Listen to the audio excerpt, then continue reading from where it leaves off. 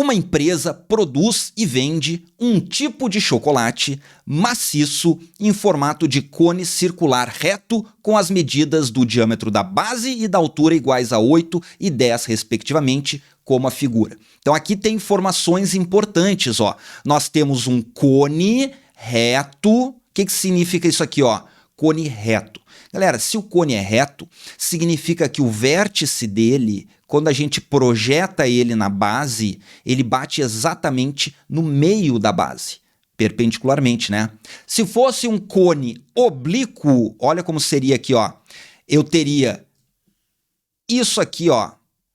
Daí, quando eu pego do vértice e vou perpendicularmente até a base, não bateria no centro, ó. Seria oblíquo, seria torto, iria para o lado. Daí a altura seria um pouquinho mais difícil de calcular. Beleza, então isso aqui é um cone. Ah, e por que ele falou cone circular? Porque a base é um círculo. Ah, professor, mas existe cone que não tenha a base circular? Até existe. Pode ser uma base elíptica, uma elipse que é assim.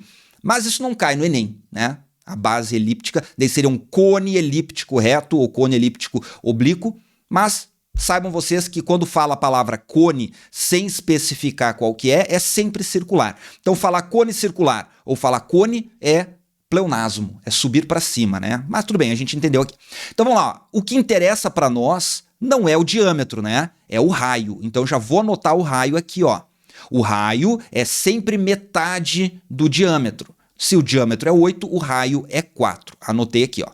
E a altura foi dada é 10. Então eu já consigo calcular o volume desse cone aqui. Como é que a gente calcula o volume de um cone, galera? O volume desse cone aqui é igual à área da base, πr ao quadrado, vezes a altura, dividido por 3. Essa é a fórmula do cone. Pessoal, não pode esquecer desse dividido por 3. Se não dividir por 3, isso aqui é a fórmula do cilindro. Ó, o cilindro é maior e o cone é menor, por isso que a gente tem que dividir por 3. Beleza? Não esqueçam. Eu já esqueci isso numa prova e errei pra caramba. Então, essa aqui é a fórmula do volume do cone. Vamos aplicar aqui, ó. Então, o volume desse cara é π vezes o raio, que é 4 ao quadrado, vezes a altura, que é 10, dividido por 3. Não vou efetuar essas contas, deixo aqui, depois, se precisar, eu efetuo conta.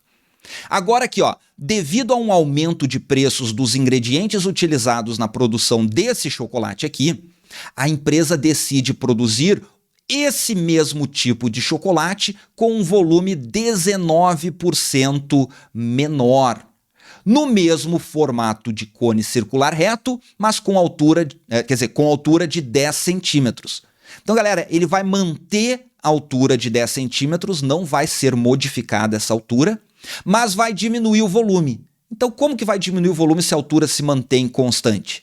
Vai diminuir o raio. Então, nós vamos ter uma nova situação aqui, ó, que vai ter um raio menor, mas vai continuar sendo um cone de altura 10 centímetros. Vai continuar sendo. Ele não muda. Só que vai ter um novo raio, que eu vou chamar de R. Então, esse aqui, ó, é o volume antigo. Vou botar aqui, ó, volume old. É esse cara. E o volume new? Vamos calcular aqui, ó. O volume novo vai ser a área da base, agora com raio eu deixo aqui, ó, πr ao quadrado, vezes a altura, que continua sendo 10, dividido por 3. Já tenho essa informação aqui. Agora, como é que eu incluo essa informação aqui no meu cálculo?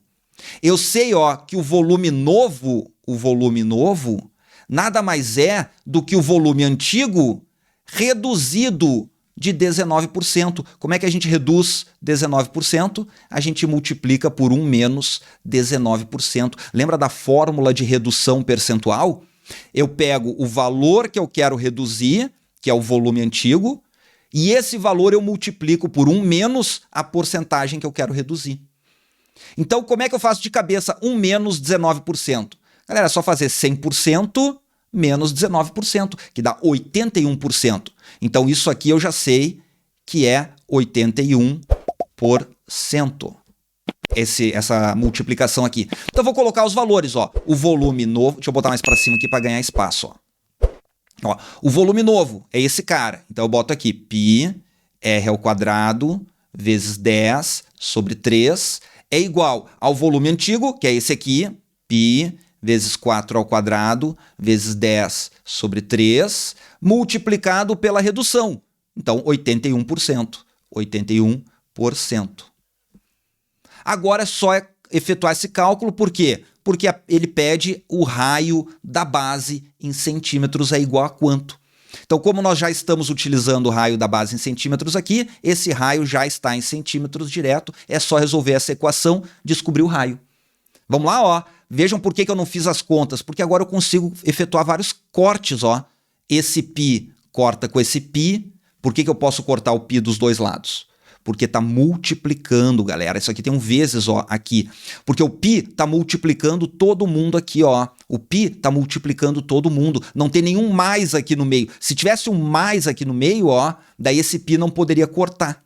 Eu só posso cortar quando está multiplicando todo mundo. Então, se tem esse mais aqui, eu não poderia cortar, galera. Eu não poderia cortar. Mas como tem um vezes, eu posso cortar quem estiver multiplicando por todo mundo. A mesma coisa o 10, ó. O 10 eu corto com 10, dá para cortar. O 3, ó, que está dividindo todo mundo, aqui também está dividindo todo mundo. Ah, professor, mas ele não está dividindo só a primeira fração? Sim, mas como há uma multiplicação aqui, essa fração toda aqui é como se fosse assim, ó, 3 vezes 100, né? Porque eu multiplico em cima e multiplico embaixo. Então esse 3 é como se estivesse embaixo de todo mundo também, então eu posso cortar. Então vamos lá, o que sobrou no final? Sobrou o r ao quadrado aqui do lado, e do outro lado sobrou 4 ao quadrado, sobrou o 81 e sobrou o 100. Agora eu descubro o raio. Para descobrir o raio, eu pego o quadrado e jogo para o outro lado. E vocês já sabem, o quadrado, quando vai para o outro lado, tem que levar o sinal de mais ou menos, galera. Então aqui, ó, vai dar mais ou menos a raiz quadrada disso tudo. Ah, professor, mas por que tem que levar o mais ou menos? Pessoal, porque sempre que eu jogo o quadrado para o outro lado, tem que levar o mais ou menos. Sempre. Não existe exceção. Mas depois que eu levo mais ou menos, que eu penso. O raio pode ser negativo? Não, não existe raio negativo. Ah, então tá, daí agora eu ignoro. Mas eu não posso esquecer desse exercício mental de lembrar do mais ou menos. Porque na hora que precisar do mais ou menos, se eu estiver acostumado a ignorá-lo, eu vou ignorá-lo, né? Daí vou perder. Que nem caiu nessa questão aqui, nessa prova, na primeira questão da prova azul, quem esqueceu do mais ou menos errou a questão. Então vamos lá, por que eu não efetuei os cálculos aqui? Pessoal, porque como eu tenho uma raiz quadrada de uma divisão, eu posso tirar a raiz de cima e raiz de baixo. E em cima eu tenho uma multiplicação, então eu posso tirar a raiz do primeiro, raiz do segundo e raiz do último. Então eu fico com uma raiz perfeita, ó. Eu tiro raiz de cada elemento aqui de dentro. Se tivesse uma soma aqui, ó, eu não poderia, galera. Eu só posso porque é multiplicação e divisão. Propriedades de radiciação.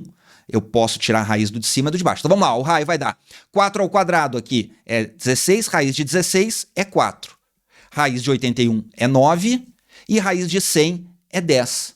Então agora a gente faz, ó, 4 vezes 9 dá 36. 36 dividido por 10 dá 3,6, sai em centímetros, então centímetros. 3,6 centímetros é o raio da base. Gabarito, letra Charlie.